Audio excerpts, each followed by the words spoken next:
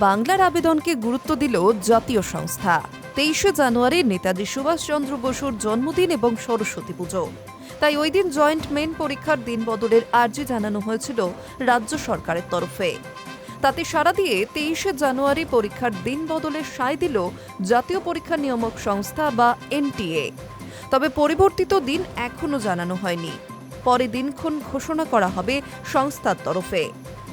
এনটিএর সূচি অনুযায়ী আগামী 21 থেকে 24শে জানুয়ারি এবং 28শে জানুয়ারি জয়েন্টে মেনের পেপার 1 পরীক্ষা হওয়ার কথা ছিল।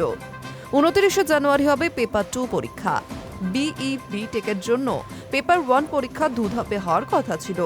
সকাল 9টা থেকে 12টা এবং দুপুর 3টে থেকে সন্ধ্যে 6টা পর্যন্ত পরীক্ষার সময় নির্ধারিত ছিল। 29 তারিখ আর্ক পরীক্ষা হবে সকাল 9টা থেকে 12:30 পর্যন্ত। কিন্তু 23শে জানুয়ারি নেতাজির জন্মদিন এবং সরস্বতী পুজো উপলক্ষে রাজ্যে ছুটির দিন, তাই ওই দিনের বদলে পরীক্ষার বিকল্প দিনের আবেদন জানিয়েছিল রাজ্য সরকার। শিক্ষামন্ত্রী ব্রত বসু নিজে এ নিয়ে একাধিকবার এনটিএর আধিকারিকদের সঙ্গে কথা বলেছেন। ওই দিনের বদলে অন্যদিন জয়েন্ট মেন পরীক্ষা নেওয়া হোক। ব্রত বসু অভিযোগ তুলেছিলেন, বাংলার প্রতি কেন্দ্রের বৈষম্যমূলক আচরণের এ আরও এক প্রমাণ। বাংলার পরীক্ষার্থীরাও ওই আবেদন জানিয়েছিলেন। এছাড়া বিজেপি সাংসদ তথা কেন্দ্রীয় শিক্ষামন্ত্রী সুকান্ত মজুমদারও 23শে জানুয়ারির বদলে অন্য দিন পরীক্ষা নেওয়ার কথা জানিয়ে এনটিএকে চিঠি পাঠান বলেই খবর। সকলের মিলিত আবেদনে অবশেষে সাড়া মিলল।